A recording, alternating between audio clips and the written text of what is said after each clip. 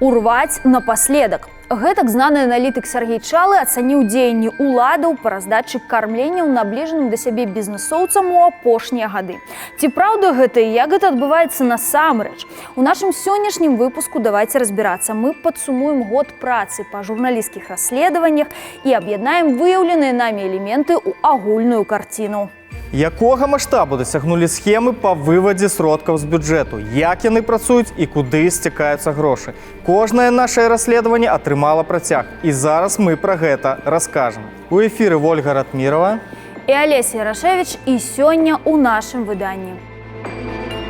Схемы, якія не выкараняюць ані следства, ані суды. Теперь пускай вернет все то, что написал Белсат. Ён атрымаў мільёны долараў звышпрыбытку на супрацьракавых леках, а па крымінальнай справе за хабар адкараскаўся толькі штрафам. Хто адкажа за раскраданне з бюджэтнай скарбонкі? Те, кто завышает 5-10 раз, у них очень серьезные крыши. То есть они платят там серьезным людям и на постоянной основе. Чаму міністры, якіх прызначае на пасады Александр Лукашенко, бягуць ад адказу? Гэты тэлесезон расследаванняў з верасня мінулага году па сёлетні травень стаў шмат у чым для нас прарыўным. Калі раней мы проста паказвалі самі схемы з прыкметамі карупцыі, то цяпер пачалі выходзіць на канкрэтных чыноўнікаў у вярхах гэтых пірамідаў і на іх фінансавыя сувязі з выгадаатрымальнікамі ад схемаў распілу. Медыцына – адна з самых карумпаваных галінаў у Беларусі. Гэта пазалетась заявіў тагачасны генеральны прокурор Беларусі Александр Канюк. І гаворка не пра падарункі дактарам за аперацыі. Асноўная карупцыя адбываецца пры бюджэтных закупах лекаў і абсталявання, распавядаў у той жа час і тагачасны старшыня КДБ Валерый Вакульчык. Фактычна існая сістэма закупак медычнага абсталявання і лекаў стварала ўмовы для карупцыйных праяваў. Сістэма працуе наступным чынам. Чыноўнік дамаўляецца з прыватным дастаўцам, што створыць яму штучную манаполію на пастаўкі дзяржаве і будзе ад імя дзяржавы плаціць яму за тавары і паслугі ў разы даражэй, чым гэта было пры канкурэнцыі. А бізнесовец за гэта плаціць персанальна чыноўніку адкат, то бок долю ад сваіх суперпрыбыткаў. З 2017 по 2019 год сілавікі выкрылі шэраг такіх схемаў у рамках маштабнага працэсу, які ў СМІ назвалі справай медыкаў. Тагачасны віцэ-прэм'ер Васіль Жарко, пры якім была створаная выкрытая схема, заявіў, што не меў аб іх ніякага ўяўлення. Калі б ведаў, то захады былі б зроблены ўжо тады. Міністэрства аховы здароўя – гэта вялікая сістэма. 270 тысяч асобаў, гэта тысячы арганізацыяў, падбор кадраў, магчыма, дзесьці не таго чалавека ўзялі. Апошнія 20 гадоў сістэмай аховы здароўя кіруе адзін чынавенскі клан. Яго раданачальніца Людміла Пастаялка, паводле шэрагу СМІ, грамадзянская цешча Александра Лукашэнкі. У 2001 годзе Лукашенко прызначыў яе намеснікам міністра аховы здароўя, а годам пазней міністрам. Пераемнік і зямляк Пастаялкі Васіль Жарко працаваў з ёй у Берасцейскай дзіцячай бальніцы. Калі Пастаялка паехала ў Менск у міністэрства, Жарко перайшоў да яе на працу генеральным сакратаром у Беларускі чырвоны крыж. У 2011 годзе Жарко, ўжо будучы міністрам, прызначыў сваім першым намеснікам Дмітрыя Піневіча, які займаў гэтую пасаду пры кожным новым міністры, пакуль урэшце сам не стаў міністрам. Схемы все работают, я знаю. Вся система, как она была построена, вся и работает. А вот Жарко, я думаю, что так или иначе он где-то в чем-то участвует, поскольку у него такие большие связи были со всем бизнесом, просто уйти на пенсию и отдыхать. У 2010 годзе для чыноўнікаў Мінаховы здароўя адчыняюцца залатыя магчымасці. Абвешчана кампанія па імпартазамяшчэнні лекаў, наладжваецца іх айчынная вытворчасць. А пад гэтую лавачку адкрываюцца новыя магчымасці па заробку на сумнеўных схемах. У 2011 годзе сям'я Васіля Жарко прадае адну са сваіх кватэраў жонцы віцебскага бізнесоўца Алексея Сычова, што сведчыць як мінімум пра нефармальныя стасункі паміж сем'ямі міністра і бізнесоўца. Неўзабаве пасля згаданай асабістай здзелкі з Жарко Сычоў рэгіструе кампанію «Націвіта», якая нібыта пачынае вырабляць супрацьракавыя прэпараты. Насамрэч яна іх імпартавала і прадавала ведамству Васіля Жарко паводле коштаў, якія ў разы перавышалі рынкавыя. Агулам з той абмежаванай інфармацыі аб закупах, што была ў інтэрнэце, мы налічылі ўрон бюджэту больш чым на 40 мільёнаў сённяшніх рублёў. Те, кто завышает 2 раза, они там, наверное, платили кого-то там из тендерной комиссии, может, еще какой-то там иногда что-то платили. А вот те, кто завышает 5-10 раз, у них очень серьезные крыши. То есть они платят там серьезным людям и на постоянной основе. У 2017 годзе пачынаецца рэзанансная справа медыкаў у масавыя арышты чыноўнікаў Мінаховы здароўя і звязаных з імі бізнэсоўцаў за карупцыю. Але за некалькі месяцаў да першых арыштаў, калі следчыя дзеянні мусілі ўжо быць у самым разгары, Александр Лукашенко пераводзіць Жарко на новую пасаду, павышае да намесніка прэм'ера-міністра. Хлопчыкам для біцця на перыяд судовых працэсаў з 2017 па 2019 гады прызначаюць чалавека з-па-за абойму Мінздароўя Валерыя Малашку, які раней працаваў намеснікам старшыні Магілёўскага аблвыканкаму.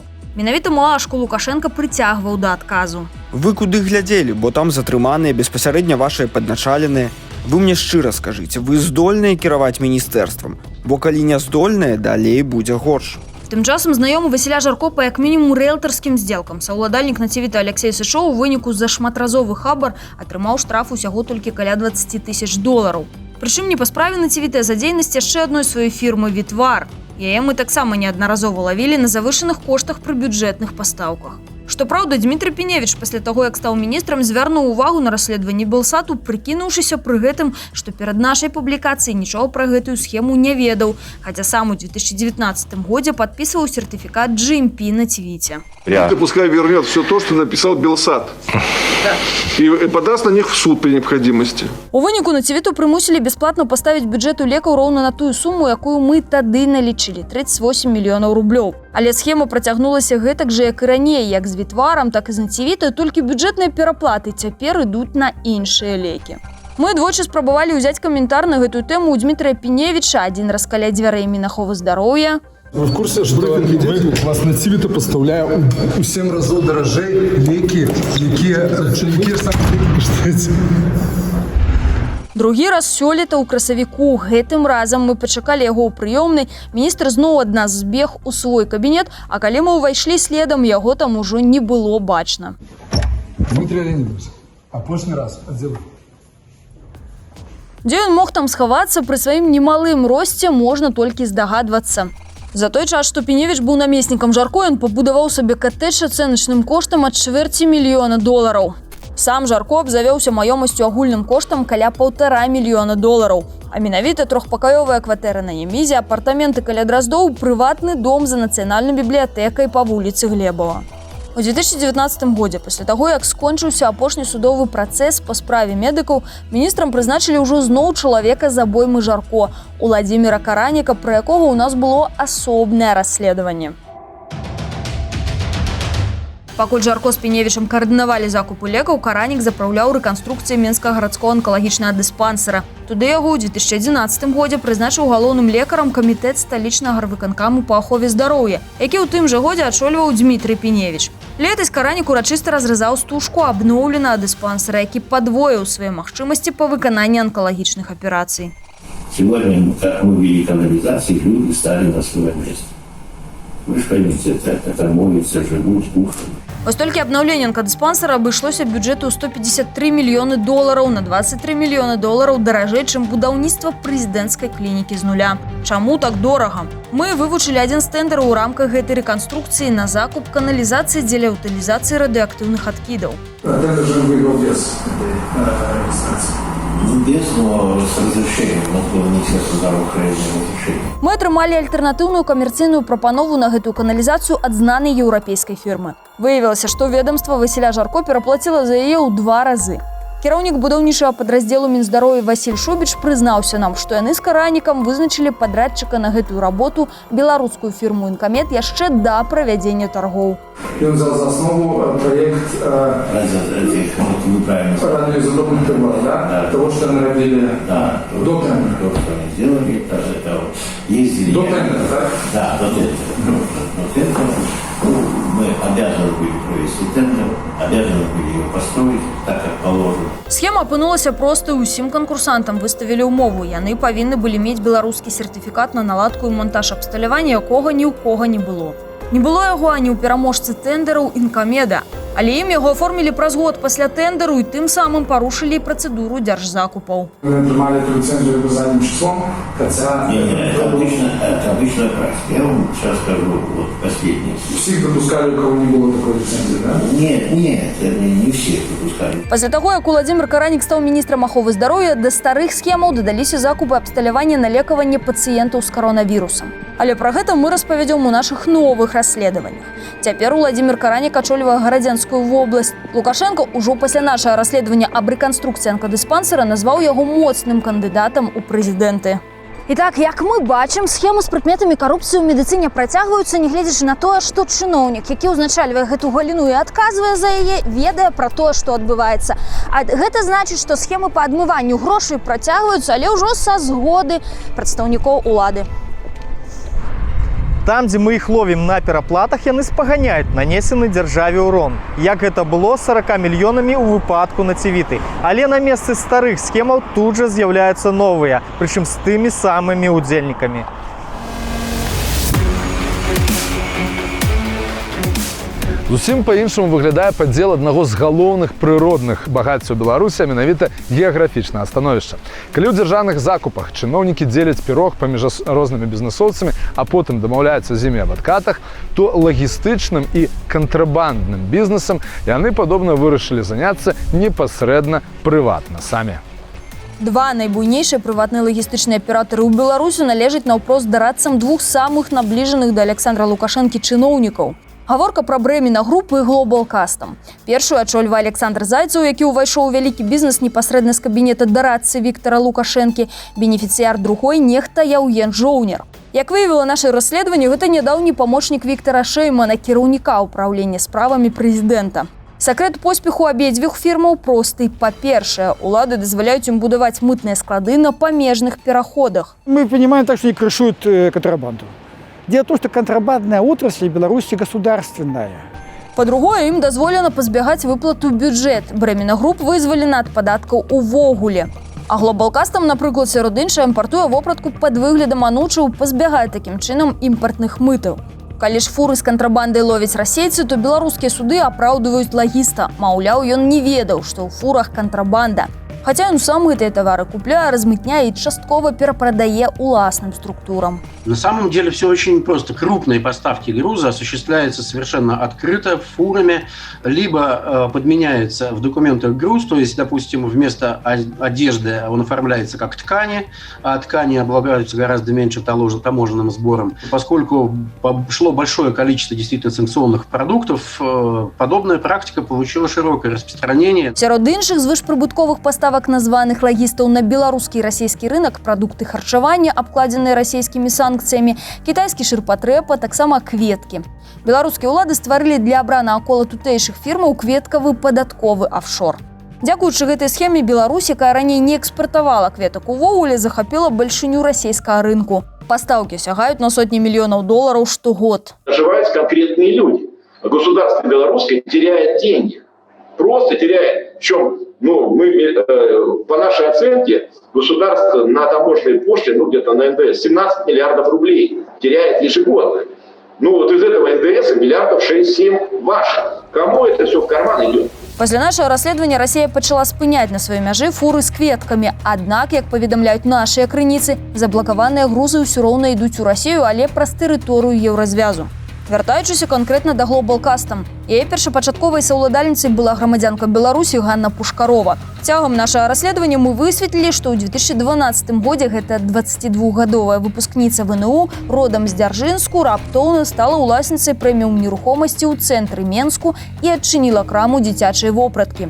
А ў хуткім часе стала і саўласніцай Global Custom. Незалежныя СМІ са спасылкай на крыніцы неаднаразова намекалі на інтымныя адносіны паміж Пушкаровай і Віктарам Шэйманам. Саму Ганну Пушкарову мы не знайшлі, але сустрэліся з яе сястрой Юліяй, якая паабяцала перадаць праз Ганну інфармацыю для Шэймана. Як мы высветлілі, напрыканцы мінулага года кампанія Global Custom была рэарганізаваная. На яе месцы ўзнікла Global Custom Management, якая звязана з кіраўніцтвам справамі прэзідэнта. Так, Global Custom Management належыць 75% у кампаніі Белгеапошук. Астатнімі 25% валодае дзяржаўнае прадпрыемства Белзамежгандаль, падначаленае кіраўніцтву справамі прэзідэнта. У адкрыцці пункта мытнага афармлення глобалкастам у індустрыяльным парку Вялікі камень прымаў удзел кіраўнік кіраўніцтва справамі прэзідэнта Віктор Шейман. Раней глобалкастам менеджмент таксама валодала кампанія Гард Сервіс. Гэта адзіная ў Беларусі прыватная структура, якой Лукашенко даў дазвол на прымяненне зброі. Зараз Гард Сервісам валодае Александр Метла, кіраўнік дабрачыннага фонда памяці Аугана. Фонду аказваў падтрымку і Віктор Шейман. Мы патэлефанавалі ў кіраўніцтва справамі прэзідэнта і папрасілі даслаць нумар Яўгена Жоўнера, дзейнага бенефіцыяра глобалкастам. Там гэтае прозвішча пазналі, сакратарка ведала, як яго клічуць па бацьку і паабяцала нам яго тэлефон, але пазней перадумала. Сам Яўген Жоўнер з намі размаўляць адмовіўся. Мне неинтересно, что непонятно. Мне вызвать милицию, что? Яшчэ адзін велізарны кантрабандны бізнес – гэта цыгареты. Маркі градзянскай тытунёвай фабрыкі «Нёман» займаюць істотныя долі як у Еўразвязе, так і ў Расіі. Збыт «Нёману» кантралюе саўладальнік Бремена Груп, яшчэ адзін выхадзец з кіравання справамі прэзідэнта Алексей Алексин. Для России это проблема. Они придают огласки. В странах ЕС тоже проблема. Они придают огласки. В Беларуси, я думаю, что это не проблема. Государство, видимо, все тоже устраивает. Афіцыйная пазіцыя беларускіх уладаў, маўляў, на кантрабандзе цыгарет нажываюцца простыя людзі, і бізнес гэта выключна народны. Але нашыя крыніцы на літоўскай ды польскай мытні сцвярджаюць, што асноўныя аб'ёмы ў Еўразвяз перавозяцца ў запломбіраваных грузах дзяржаўных экспарцёраў калійных ды азотных угнаенняў. Через Литву идет огромный поток удобрений, изготовленных в Беларуси. Это в основном белорус-калий и горный азот. И этот поток используется для контрабанды. И литовские таможники тоже подтвердили, что грузы этих двух компаний часто попадаются с грузами контрабанды. Былы супрацоўнік Гродна Азот Юрый Рававы распавядае, як яны неяк знайшлі груз кантрабандных цыгарэт у запломбіраваных вагонах на пагрузцы, але наступстваў іх знаходка не мела. Далі нейкі каментар, что так, мы были на заводе, и силами администрации знойдены папиросы, и вядецца нейкае расследаванне. Але трэба разумець, что пакараных до гэтага часу ніякага няма. Алексін і Зайцаў пакуль не патрапілі пад заходнія санкцыі, але захадзя пераформілі свае актывы на дзяцей і супрацоўнікаў. Гэтак жа зрабілі ўладальнікі холдынгу «Дана», якія патрапілі пад санкцыі за тое, што без відавочных прычынаў Александр Лукашенко выдзеліў ім бясплатных зямель пад забудову на сотні мільёнаў долараў, забавязаў дзяржаўныя арганізацыі бясплатна пабудаваць ім шэраг інфраструктурных камунікацый, а звышпрыбыткі вызваліў ад падаткаў. Она получила за счет бюджета, за счет налогоплательщиков чистенькую площадочку, подключенную уже к электричеству, к водичке, с уложенными дорожками, с разработанными проектами там, магистрали. Это что же денег стоит проектирование? Як выявило наше расследаванне, браты Карычы номінальна вывелі свае кампаніі з-пад холдынгу «Дана». А іх канчатковым бенефіцыярам стаў араб Мустафа Аль-Таб'і, які працаваў дырэктарам фірмы Карычаў. Акрамя таго, мы даведаліся, што жонка Віктора Лукашэнкі Лілія, якая раней працавала намеснікам дырэктара адной з кампаній холдынгу «Дана», цяпер кіруе галерэяй «Артхаус», якая належыць кіпрыёцкай фірме «Данлейс Холдинг». Цягам апошняга году Дана Холдинг падаравала сваім жыльцам тысячы карцін беларускіх мастакоў. Істотная іх колькасць была набытая ў галерэі нявесткі Лукашэнкі. З якой мэтай і на якіх умовах бенефіцыяры мільярдных ільготаў ад Александра Лукашэнкі робяць маштабныя закупы ў галерэі? З гэтым пытаннем мы звярнуліся да Ліліі Лукашэнкі. Я не хочу из галереи. Нет, спасибо, девушка. Все, что вы хотели, вы уже сами написали. Асобна ў шэрагу нашых антыкарупцыйных расследаванняў стаіць праграма аб тым, чаму жыхары беларускіх гарадоў усё часцей зазнаюць праблемы з вадой у кранах. А забруджаныя нам, маўляў, з-за таго, што яе шмат дзе перасталі ачышчаць пры выкідзе ў вадаёмы. Мы вырашылі праверыць забруджанасць айчынных вадаёмаў і ўзялі пробы вады ў рэках пад Навагрудкам і побач з Лідай. Там тонны просто дохлай рыбы, нават бабры, гаварылі, знаходзілі людзей, баброў мёртвых. Беларускія ўлады такія заявы заўсёды спісваюць на прыродныя анамаліі і разводзяць рукамі, але вось што паказалі вынікі аналізу пробаў вады. У Навагрудку перавышэнне нормы па нафтапрадуктах у 2 разы. Нітрыты, якія спрычыняюць сардэчныя і страўнікавыя расстройствы, у 3 разы больш за норму. Цвёрдых іншародных часціцаў 12 разоў болей, чым мае быць. Мы спыталіся старшыню Наваградскага ЖКГ, у чым прычына перавышэнняў нормаў. По сутности будете отказывать? По сутности я... Что мне вам сказать? Очистные работают, значит, в штатном режиме, все имеющееся оборудование задействовано. Праз паўгады пасля выхаду расследавання візуальныя прыкметы забруджвання нікуды не зніклі. І так, што мы высветлілі па выніках гэтага сезону расследаванняў? У апошнія гады на фоне пагаршэння дабрабыту шараговых грамадзян улады павялічылі прысутнасць схемаў з прыкметамі карупцыі і кумаўства у найбольш паспяховых галінах беларускай эканомікі. Бюджэт працягваюць піліць, а найбольш прыбытковыя сферы народнай гаспадаркі аддадзены пад кантроль людзей, якія дэлегаваныя ў бізнес найвышэйшых урадавых кабінетаў краіны. Каб не пропустить новые расследования телеканалу Белсат, подписывайтесь на наш YouTube-канал и долучайтесь до наших групп в социальных сетках. С вами были Ольга Ратмирова и Олеся Ярошевич. До встречи!